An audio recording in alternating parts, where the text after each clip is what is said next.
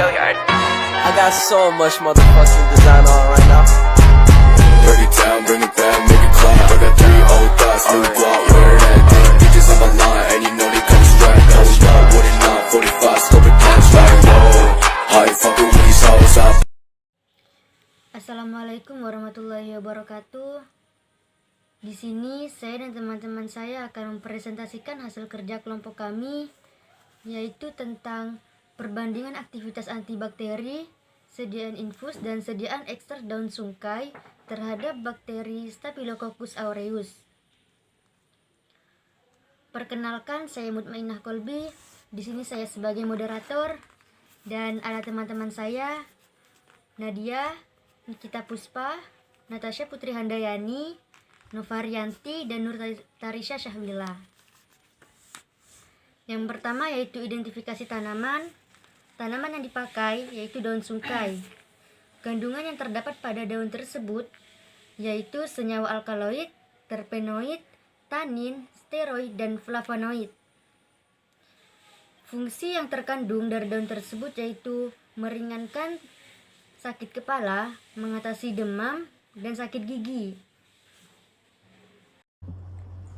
Baik, di sini saya akan melanjutkan penjelasan dari Mutmainah. Di sini saya Nadia akan menjelaskan tentang pendahuluan.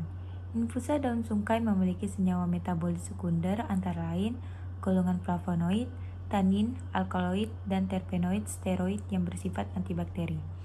Untuk sediaan tanaman obat dapat dikonsumsi harus diproses dalam bentuk sediaan infus maupun sediaan ekstrak.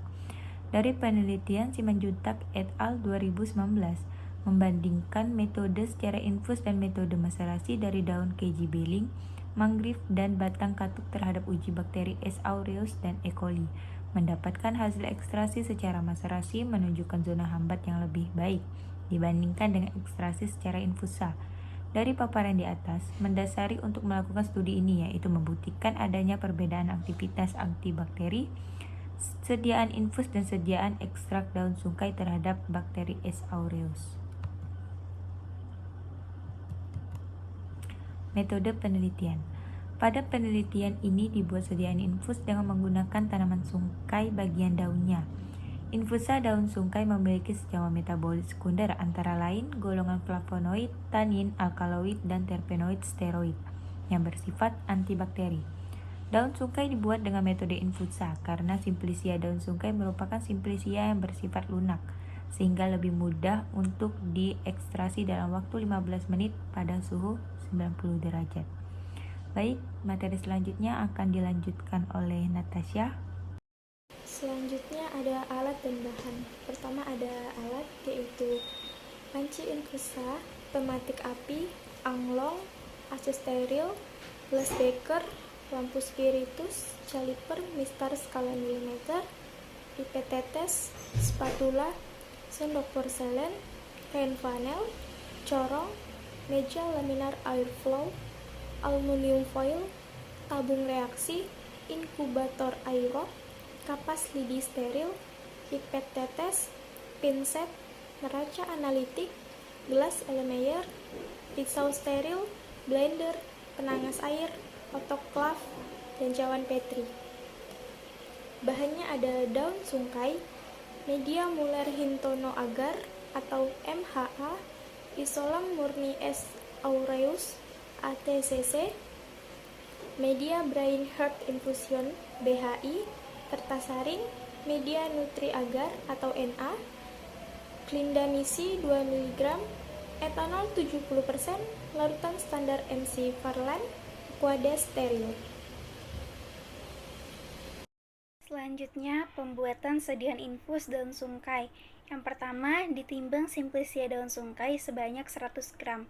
Kemudian dimasukkan di dalam panci infus, ditambahkan dengan 100 ml aqueous sebagai pelarut. Kemudian dipanaskan campuran simplicia dan aqueous selama 15 menit yang mulai dihitung saat mencapai suhu 90 derajat Celcius sampai sesekali diaduk.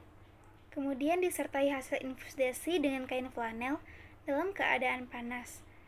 Kemudian didapatkan sediaan infus konsentrasi 100% bobot per volume sebagai konsentrasi induk dari proses ini. Kemudian diencerkan menjadi 3 konsentrasi perlakuan uji yang diperlukan, yaitu 25%, 50%, dan 75%. Hasil dan pembahasan. Berdasarkan hasil uji aktivitas antibakteri dari sediaan infus daun sungkai menggunakan metode Dix atau Kirby-Bauer terhadap pertumbuhan S. aureus pada semua konsentrasi. Untuk sediaan tanaman obat dapat dikonsumsi, maka harus diproses untuk memisah bahan aktif dari tanaman yang dikenal dengan ekstraksi. Terdapat 2 metode untuk proses ekstraksi. Dilakukannya yaitu cara dingin dan cara panas. Penelitian ini menggunakan kedua metode ekstraksi, cara dingin berupa sediaan ekstrak etanol dan cara panas berupa sediaan infus daun sungkai. Namun, kami hanya membahas mengenai sediaan infus. Selanjutnya, hasil dan pembahasan. Senyawa kimia yang terdapat pada tanaman memiliki sifat yang berbeda dalam ketahanan terhadap suatu perlakuan seperti proses pemanasan. Metode ekstraksi panas seperti infudasi cocok digunakan untuk senyawa kimia yang termostabil, sedangkan metode ekstraksi dingin seperti maserasi cocok untuk senyawa kimia yang termolabil. Beberapa penelitian telah menjelaskan gambaran sifat dari senyawa kimia metabolit sekunder seperti golongan flavonoid atau senyawa fenolik yang bersifat termolabil, sehingga apabila digunakan metode ekstraksi panas akan mengakibatkan rusaknya beberapa gugus glikosida, akan rusak apabila mengalami pemanasan. Senyawa metabolit yang bersifat termolabil selanjutnya adalah terpenoid steroid.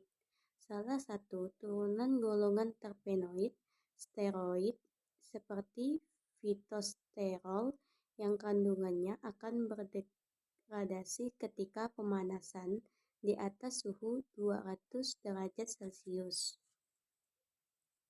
Baik, selanjutnya hasil dan pembahasan. Senyawa kimia terakhir yang terdapat pada daun sungkai yang termolabil adalah tanin. Tanin akan terurai menjadi pirogalol dan piroechateol apabila mengalami pemanasan di suhu 98,89 sampai 101,67 derajat Celcius. Namun, hasil terurainya glikosida dari tanin yaitu pirogalol dan piroechateol disebutkan berpotensi juga sebagai antibakteri, sehingga penguraian akibat suhu tinggi di senyawa tanin tidak berpengaruh terhadap aktivitas termostabil yaitu alkaloid. Salah satu turunan alkaloid adalah senyawa piperin yang bersifat termostabil karena memiliki titik didih yang cukup tinggi sehingga gugus penyusun alkaloid tidak akan rusak apabila dilakukan pemanasan. Hasil penelitian ini menunjukkan perbedaan signifikan secara statistik yang dibuktikan dari rata zona hambat sediaan ekstrak etanol yang menggunakan cara dingin lebih besar dibanding sediaan infus yang menggunakan cara panas dalam menyaring senyawa aktif.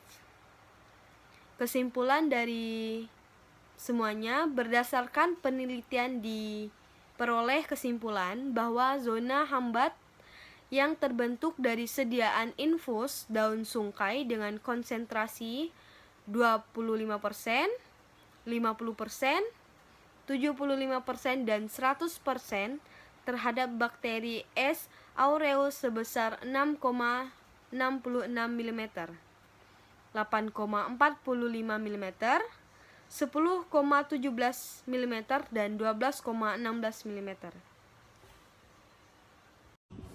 Baik, sekian presentasi dari kelompok kami, yaitu kelompok 1B tentang perbandingan aktivitas antibakteri sediaan infus dan sediaan ekstrak daun sungkai Peronema Jack terhadap bakteri Staphylococcus.